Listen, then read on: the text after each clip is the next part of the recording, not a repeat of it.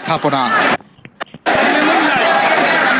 ধানমন্ডি ৩২ অভিমুখে ছাত্র জনতার পূর্ব নির্ধারিত বুলডোজার কর্মসূচি।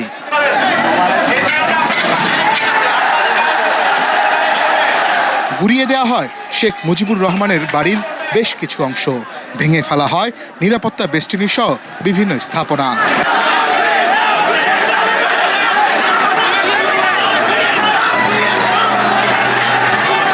৫ আগস্টের পর দ্বিতীয় দফায় আগুনে জ্বলছে ধানমন্ডি ৩২-এর শেখ মুজিবুর রহমানের বাড়ি।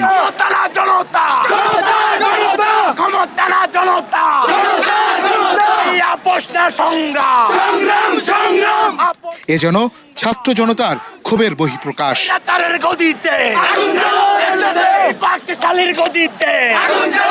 পূর্ব ঘোষিত কর্মসূচি অনুযায়ী সন্ধ্যার পর থেকে দলে দলে এখানে জড়ো হয় আন্দোলনকারী ছাত্র জনতা। অগণিত মানুষের ভিড়ে স্লোগানে স্লোগানে মুখরিত হয়ে ওঠে পুরো এলাকা।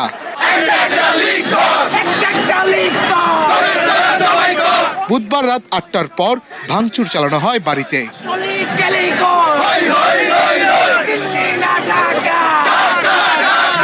৩২ নম্বরের এই বাড়িটির প্রবেশমুখের স্থাপিত শেখ মুজিবুর রহমানের মুরালটি ভেঙে ফেলা হয়, আগুন লাগিয়ে দেওয়া হয় ভবনে, খুলে ফেলা হয় ইট। বিক্ষুব্ধ ছাত্র জনতার দাবি, যারা ছাত্র হত্যার সঙ্গে জড়িত সেসব ফেসিবাদের কোনো চিহ্ন দেশের মাটিতে থাকবে না। এখন একমাত্র আমরা ছাত্র জনতা মিলে যে রাজনৈতিক দল গঠন করবো কিংবা আমরা যে ডিসিশন দিব সে অনুযায়ী বাংলাদেশ চলবে। কোনো ফ্যাসিবাদ কিংবা কোনো মুজিববাদ এই বাংলাদেশে কায়েম হবে না ইনশাআল্লাহ। আওয়ামী লীগ যারা করে, হাসিনার ফ্যামিলি বা এই দেশে যারা আছে তারা এখনো অনুতপ্ত না। একটা মানুষ এখন অনুতপ্ত না। তাদের মধ্যে ২০০০ শহীদের রক্তের বিনিময়ে যে স্বাধীনতা এসেছে তাদের মধ্যে কোনো অনুতপ্ত নাই। তারা এখন সাহস রাখে কিভাবে যে এখনো তারা প্রেস কনফারেন্স করবে। আমি অবাক হয়ে যাই। অবিলম্বে দেশে ফিরিয়ে এনে শেখ হাসিনার শাস্তি নিশ্চিতের দাবিও জানান তারা। এই স্বৈরাচারী শেখ হাসিনাকে আমরা বিচ্ছিন্ন করে দেব, আর যে বাহিনী আছে আমরা কিচ্ছুই রাখবো না। সৌদি আরবে আবু জেহেলের বাড়ি পেশাবখানা বানানো হয়েছে, তাহলে অর্থ বানানোতে কি হয়েছে?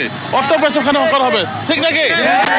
একই সাথে সারা দেশে শেখ হাসিনার স্বজনদের বাড়ি ও বিভিন্ন স্থাপনায় বুলডোজার কর্মসূচি পালন করে বিপ্লবী ছাত্র জনতা।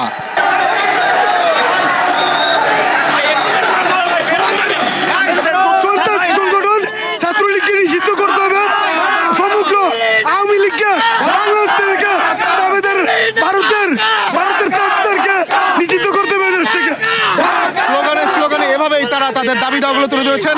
অতি দ্রুত তাদের দাবি দাওয়াগুলো পালনের জন্য অন্তর্বর্তী সরকারের কাছে তারা আহ্বান জানিয়েছেন। মনির হোসেন তপু, ATN বাংলা, ঢাকা।